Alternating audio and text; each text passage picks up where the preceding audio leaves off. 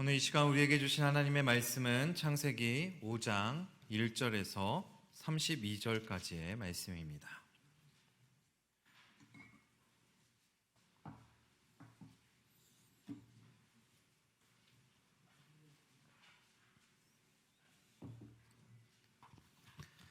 구약성경 창세기 5장 1절에서 32절까지의 말씀을 우리 한 절씩 교독하도록 하겠습니다. 이것은 아담의 계보를 적은 책이니라. 하나님이 사람을 창조하실 때에 하나님의 모양대로 지으시되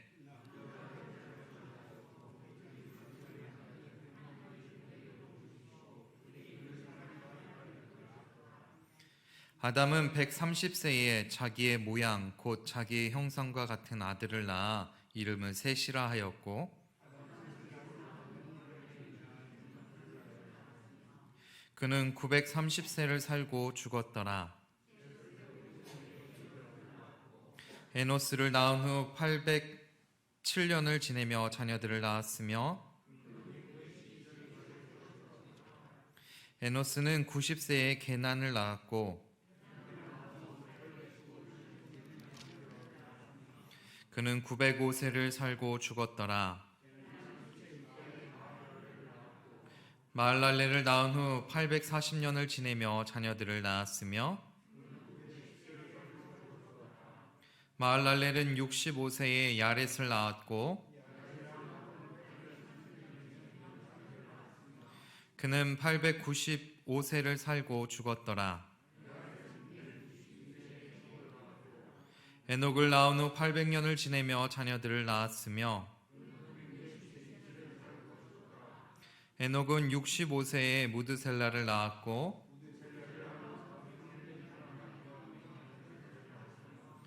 그는 365세를 살았더라.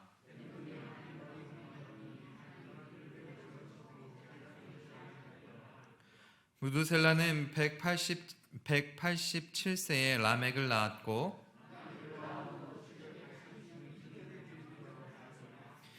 그는 969세를 살고 죽었더라.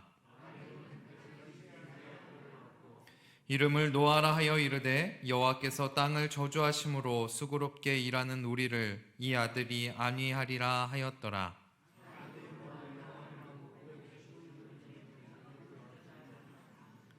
그는 777세를 살고 죽었더라. 노아는 500세 된 후에 셈과 함과 야벳을 낳았더라. 아멘. 우리는 지난 시간에 가인의 후손에 대해서 함께 나누었습니다. 가인의 후손들이 얼마나 죄악에 무감각해지고 그리고 그 가인의 7대손이었던 라멕의 때에는 그 오만과 죄악이 얼마나 커졌는지 우리가 함께 나누었고 그 내용들을 기억할 수 있습니다. 오늘 본문은요, 아담의 자손에 대해서 기록을 하고 있습니다. 오늘 본문 1절은 이렇게 시작을 하고 있습니다. 이것은 아담의 계보를 적은 책이니라. 본문은 아담으로부터 시작되어 노아에까지 이르는 계보를 기록하고 있습니다. 그런데 이 창세기가 쓰여졌던 고대 근동에서 계보는 권력과 특권이라는 목적으로 사용되었던 도구였습니다. 다시 말해 왕이나 특권을 가지고 있었던 사람들이 자신의 권력을 더 곤고히 하고 자신의 정통성을 세우는 방법으로 사용되었던 것이 바로 계보입니다. 그래서 고대 근동에서 왕족이나 서기관 그리고 제사장 가문에서 주로 이 계보를 사용하였습니다. 창세기가 기록되고 편집되었던 시기를 바벨론 포로의 시기로 보고 있는데요. 이 바벨론의 포로로 잡혀왔던 이스라엘 백성들은 자신들이 아담으로부터 이어져 내려온 정통성을 확립하고 싶었던 것 같습니다. 그래서 아담의 계보를 기록하였고요. 이것을 편집하였습니다. 그런데 이런 계보들을 사용하는 것은 이 고대 근동, 특히 메소포타미아 지역에 있었던 전승들에서 등장하는 내용입니다. 그런데 언제 등장하냐면 오늘 창세기와 같이 세상이 멸망하는, 세상의 사람들이 죽어나가는 커다란 홍수가 일어나는데 그 홍수 전에 이런 계보들을 기록하고 있습니다. 홍수 이전의 왕들이나 현인들의 목록을 기록하고 이 목록들을 적은 후에 홍수가 일어나는 사건들이 일어나게 되는 것이죠. 이것은 창세기가 이 메소포타미아 전승들, 고대 근동의 전승들과 비슷한 내용을 가지고 있다라는 것을 우리는 볼 수 있습니다. 창세기에서도 노아의 홍수 이전에 아담의 계보를 기록하고 있고요. 이 전승들에는 조금 특이하게 7번째 등장하는 사람들이 한 가지 특징을 가지고 있습니다. 이 메소포타미아의 전승들에서도 아담의 7번째 자손이었던 에녹이 죽지 않고 하늘로 올려졌던 것처럼 이 전승들의 7번째 등장하는 현인들 그리고 왕들도 죽지 않고 하늘로 승천하는 모습을 보여주고 있는 것이죠. 그런데 오늘 창세기와 이 메소포타미아 지역의 전승들 혹은 이 고대 근동의 전승들의 사고방식이나 차이점이 정반대의 성격을 띠고 있는 것을 우리는 볼 수가 있습니다. 그것은 이 홍수의 사건이 일어난 배경을 볼 때 우리는 알 수가 있습니다. 메소포타미아의 전승들은 사람들이 번성하고 인구가 넘쳐나서 인구가 과잉된 상태를 문제점으로 삼고 있습니다. 그렇기 때문에 이 인구를 조절하기 위해서 신이 홍수를 내리는 것을 표현을 하고 있죠. 하지만 창세기에서는 반대되는 내용을 말하고 있습니다. 창세기에서 인구가 증가하는 것은 하나님께서 예견하시고 계획하신 일로 보고 있고요. 그것이 하나님이 사람에게 주었던 첫 번째 복이었던 생육하고 번성하라 라는 이 축복의 말씀이 이루어지는 과정으로 보고 있는 것이죠. 그렇다면 창세기에서의 홍수의 사건은 왜 일어나게 될까요? 사람들이 죄악에 물들고 사람들이 하나님을 떠나고 범죄하였고 악이 커졌기 때문에 홍수의 사건이 일어나게 되는 것입니다. 바로 이 본문이 사람에게 주어진 복과 저주를 함께 보여주고 있는 것이 바로 오늘 우리가 함께 나누었던 본문의 내용입니다. 본문 1절 후반절에서 3절의 말씀을 가만히 들여다보면요, 사람은 하나님의 형상대로 지음을 받았다라고 말씀하고 있습니다. 그리고 또 하나님께서 이 지은 사람에게, 인간에게 사람이라는 이름을 붙여 주었다라고 말씀하고 있죠.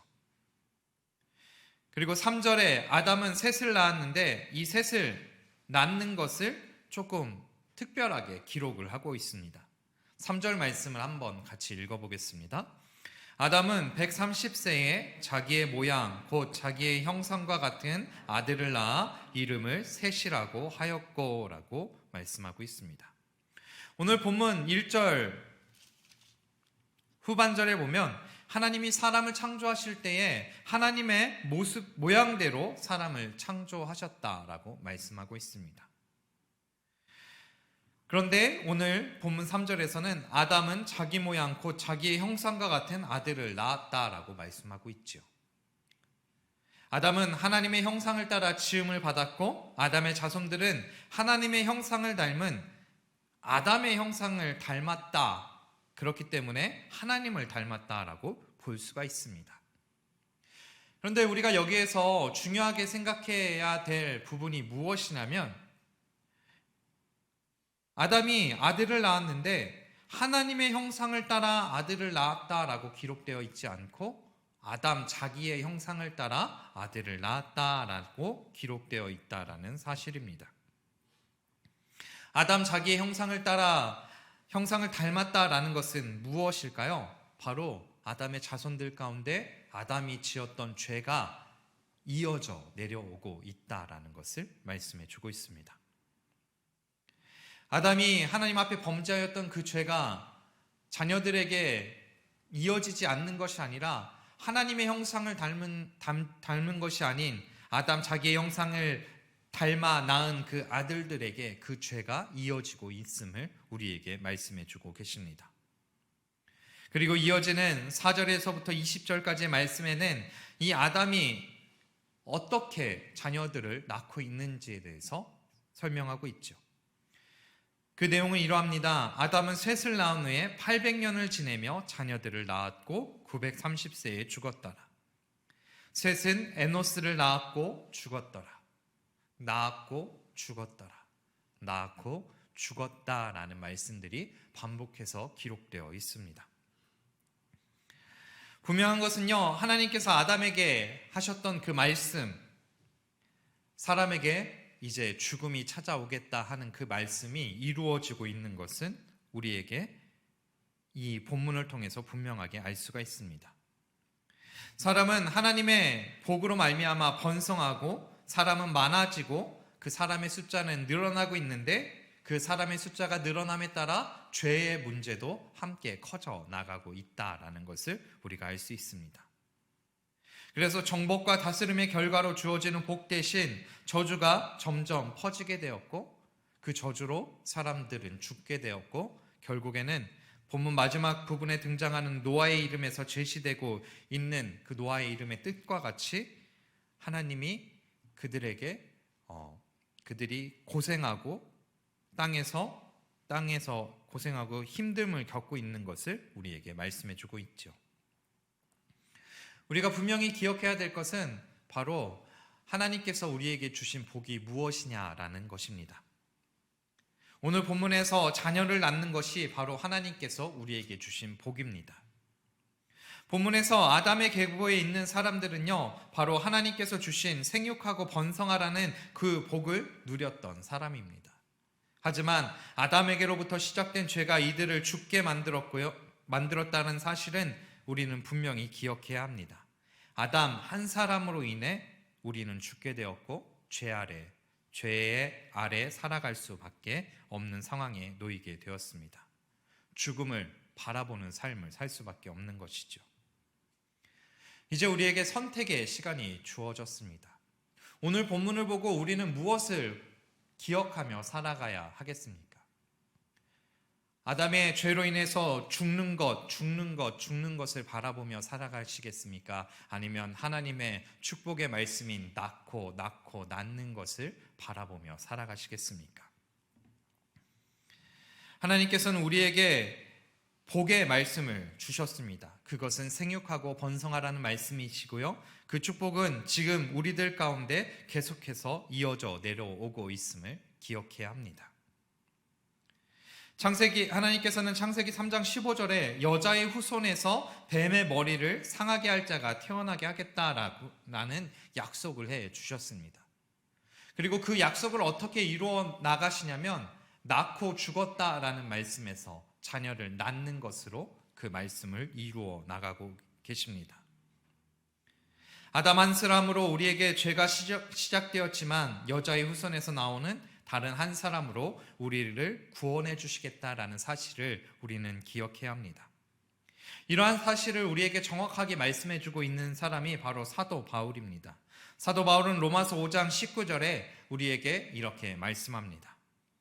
한 사람이 순종하지 아니함으로 많은 사람이 죄인이 된 것 같이 한 사람이 순종하심으로 많은 사람이 의인이 되리라.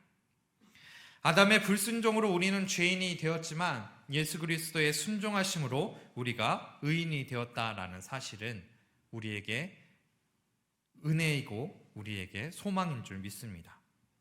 오늘 본문의 말씀은 사람의 죄가 번성하여 죽을 수밖에 없지만 하나님께서 사람에게 주셨던 생육하고 번성하라는 그 복의 말씀은 계속해서 이어지고 있다라는 사실을 우리는 기억해야 합니다. 오늘 본문은요, 바벨론의 포로로 잡혀왔던 유대인들이 기록했던, 편집했던 글입니다. 그리고 그 유대인들은 자신들이 왜 포로로 잡혀왔는지 분명하게 알고 있었습니다. 그래서 창세기를 기록하면서 죄의 문제에 대해서 다루고 있었던 것이죠. 바로 이 유대인들이 하나님 앞에 범죄하였기 때문에 이스라엘은 멸망하였고 유다는 멸망하였고 바벨론으로 포로로 잡혀올 수밖에 없었습니다. 아담의 계보를 기록하면서 하나님의 형상을 닮은 아들이 아닌 아담의 형상을 닮은 아들을 낳는 것은 아담으로 인해 죄가 바벨론의 포로로 잡혀왔던 그 유대인들까지 이어져 내려오고 있음을 이야기합니다. 그런데 오늘 창세기의 저자는요, 죄가 이어져 내려오는 것으로 말씀을 끝내지 않습니다. 오히려 죄 가운데 희망과 소망을 우리들 가운데 제시해 주고 있지요. 그것이 바로 오늘 본문 21절에서부터 24절에 등장하는 에녹의 이야기입니다. 21절에서 24절 말씀을 제가 다시 한번 읽어드리겠습니다. 에녹은 65세에 무드셀라를 낳았고 무드셀라를 낳은 후 300년을 하나님과 동행하며 자녀들을 낳았으며 그는 365세를 살았더라. 에녹이 하나님과 동행하더니 하나님이 그를 데려가심으로 세상에 있지 아니하였더라. 오늘 본문에서 등장하는 사람들 중에 에녹만이 죽지 않고 하나님께서 그를 데려가셨다라고 기록하고 있습니다. 바로 이 에녹이 바벨론의 포로로 잡혀왔던 유대인들 가운데 희망이고 소망이 되어주고 있습니다. 에녹은 아담의 계보에서 7번째 등장하는 사람입니다. 앞에서 우리가 함께 나누었던 것처럼 고대 근동에서 7번째 등장한다라는 것은요, 조금 특별한 의미를 가지고 있습니다. 가인의 계보에서 7번째 등장하던 라멕은요, 교만이 하늘을 찌르던 사람이었고요. 오늘 아담의 계보에서 7번째 등장하는 이 에녹은요, 하나님 앞에 죽지 않고 하나님이 직접 데려가셨던 사람으로 기록되어 있습니다. 에녹은 죽었다라고 기록되어 있지 않고 하나님이 데려가셨다라고 기록하고 있습니다. 이것은 장수를 누리는 복보다 하나님의 존전으로 높여지는 것이 더 큰 은혜임을 말씀하고 있습니다. 성경에서 죽지 않고 하나님 곁으로 간 사람은 단 2명만 등장하고 있습니다. 바로 오늘 본문에 등장하는 에녹과 그리고 또 열왕기 상하 말씀에 등장하는 엘리야 선지자뿐입니다. 오늘 창세기 5장에서 이 에녹은 5장에 등장하는 모든 사람들 가운데 가장 짧은 시간을 살았던 사람입니다. 바로 365세의 시간을 살다가 하나님이 데려가셨습니다. 근데 반대로 오늘 에녹이 낳았던 아들이었던 무드셀라는 969세를 살다 죽었다고 가장 긴 시간 장수한 사람의 표본으로 우리들 가운데 나타납니다. 하나님께서 에녹을 죽지 않고 죽이지 않으시고 하나님께서 데려가신 이유는 무엇일까요? 성경에서는 그 이유를 에녹이 하나님과 동행하였기 때문이다라고 말씀하고 있습니다.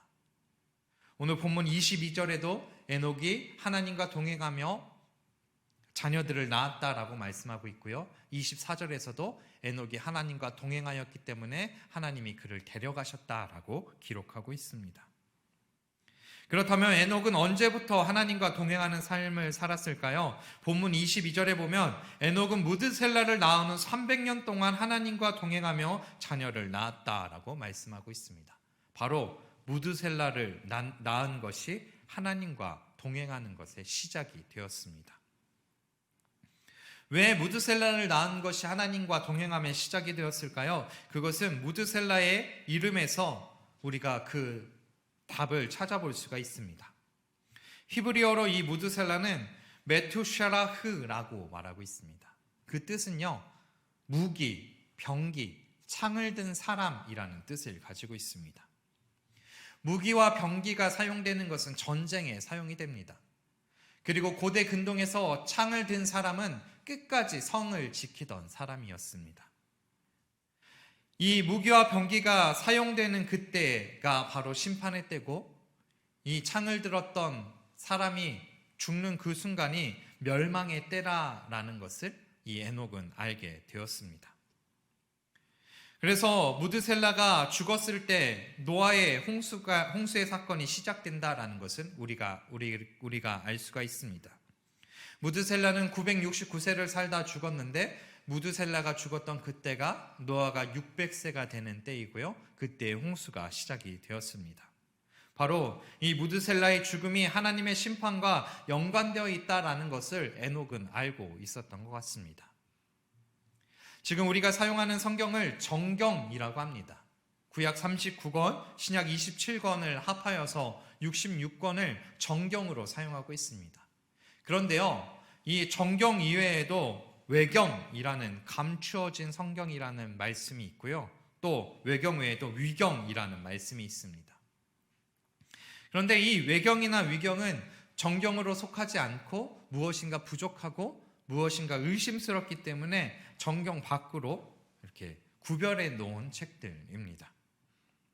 그런데 이 위경들 가운데 어떤 책이 있냐면 에녹서라는 책이 있습니다.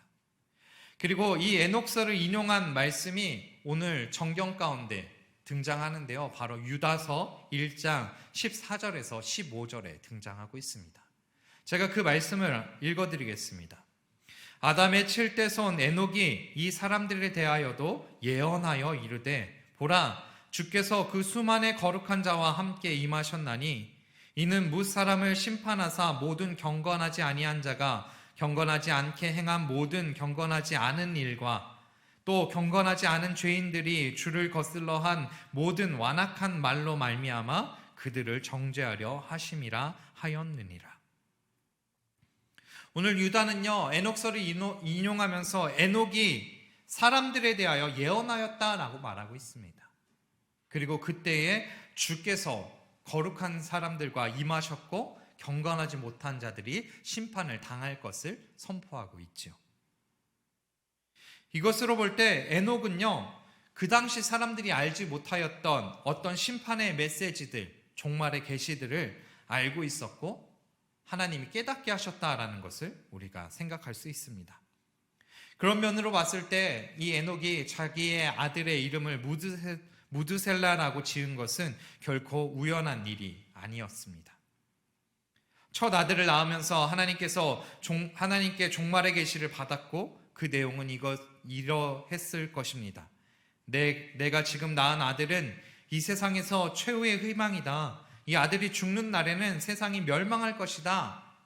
그래서 에녹은 자기 아들의 이름을 무기, 병기, 창을 든 자라는 뜻의 무드셀라로 짓고 그때부터 자신의 인생의 방향을 바꾸어 종말의 심판을 준비하는 경건한 삶을 살기로 작정하고 하나님과 동행하는 삶을 살기 시작한 것을 우리가 볼 수가 있습니다.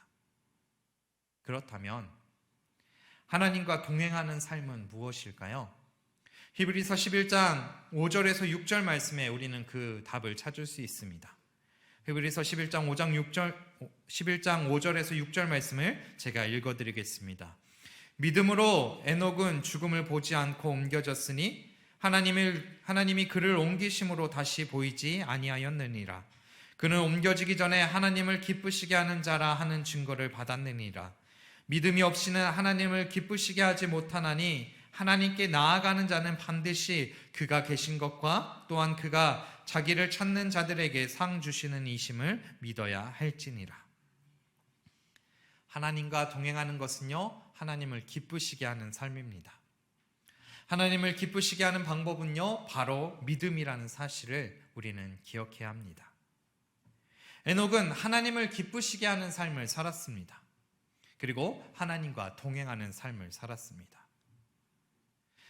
하나님과 동행하는 삶을 살아가면서 다른 것은 제쳐두고 살아간 것이 아니라 이 에녹은 하나님과 동행하면서 하나님께서 주셨던 그 말씀인 생육하고 번성하라는 말씀에도 최선을 다했습니다.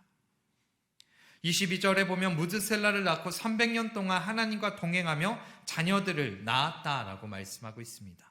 바로 자녀들을 낳고 번성하는 것 또한 하나님과 동행하는 삶이었습니다. 에녹은 우리 아까 나누었던 것처럼 오늘 본문 21절과 24절에 하나님과 동행하였다라고 말씀하고 있습니다. 그리고 이렇게 하나님과 동행하는 것은 창세기 6장 9절에 등장하는 노아도 하나님과 동행하는 사람이었다라고 기록하고 있습니다. 그래서 오늘 본문 마지막에 등장하는 사람이 바로 노아입니다. 무드셀라의 아들이었던 라멕은요 180세에 노아를 낳게 됩니다. 그런데 이 노아를 낳고 나서는 본문에 등장했던 다른 계보들과는 다르게 그 노아의 이름의 뜻을 기록하고 있습니다. 29절 말씀입니다. 우리 함께 읽어보도록 하겠습니다. 이름을 노아라 하여 이르되 여호와께서 땅을 저주하심으로 수고롭게 일하는 우리를 이 아들이 안위하리라 하였더라. 노아는요, 안위라는 뜻을 가지고 있습니다. 정확하게는 알 수 없지만 라멕은요, 세상이 악해져 가는 것을 느꼈던 것 같습니다. 그리고 세상 속에서 살아가는 것이 수고롭고, 그리고 그 일들이 너무나 고단하다라고 느꼈을지도 모릅니다. 그래서 자신의 아들의 이름을 노아라 짓고 하나님이 안위해 주시기를 소망했을지도 모릅니다. 지금 바벨론의 포로로 잡혀왔던 유대인들도 이 노아의 이름에서, 노아를 통해서 하나님이 베푸시는 안위를 누리고 싶고 기대했을지도 모릅니다. 하지만 역설적이게도 라멕이 지었던 이 노아의 이름, 안위라는 뜻의 이름을 가진 이 노아는 자신의 이름대로 살아간 것이 아니라 노아 때에 이르러 하나님의 심판이 세상 가운데 나타나게 됩니다. 그리고 이 노아가 하나님께 쓰임받는 일꾼이 되었습니다. 그리고 오늘 본문 마지막 32절은 노아가 500세가 되어서야 셈과 함과 야벳을 낳았다라는 것으로 말씀을 마치고 있습니다. 사랑하는 우리는 지금 하나님과 동행하는 삶을 살아가고 계십니까? 아니면 하나님을 기쁘시게 하는 삶을 살아가고 계십니까? 하나님과 동행하는 삶, 하나님을 기쁘시게 하는 삶이 바로 믿음을 지키는 삶인 줄 믿습니다. 사랑하는 여러분, 믿음을 지키며 살아갈 수 있는 저와 여러분이 되기를 원합니다. 우리는 지금 사순절 기간, 그리고 그 중에서도 고난주간을 보내고 있습니다. 우리를 구원하시기 위해 이 땅에 오셔서 십자가를 지시고 죽으시고 부활하셔서 우리를 구원해 주신 그 주님을 기억하는 삶을 살아갈 수 있는 저와 여러분이 되기를 원합니다.